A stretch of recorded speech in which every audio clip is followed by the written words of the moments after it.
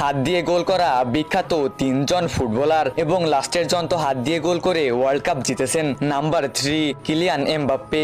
Mbappe একটি ম্যাচে হাত দিয়ে গোল করে রেফারির কাছ থেকে লাল কার্ড দেখেন। Number 2 Lionel Messi. মেসি বার্সেলোনার হয়ে গুরুত্বপূর্ণ একটি ম্যাচে হাত দিয়ে গোল করে তার দলকে জিতিয়েছিলেন। নাম্বার 1 দেখার আগে তুমি যদি সত্যিকারের ফুটবল লাভার হয়ে থাকো এবং এই ছবিটিকে তুমি যদি মন থেকে পছন্দ করে থাকো, তাহলে ভিডিওতে একটি লাইক দিয়ে চ্যানেলটিকে সাবস্ক্রাইব করে কমেন্টে জানাও তোমার পছন্দের দল লাস্ট কবে ওয়ার্ল্ড কাপ পেয়েছে। Number 1 Diego Maradona. আর্জেন্টিনার এই বিশ্বসেরা ফুটবলার 1986 সালের বিশ্বকাপে হাত দিয়ে গোল করে আর্জেন্টিনাকে বিশ্বকাপ জিতে।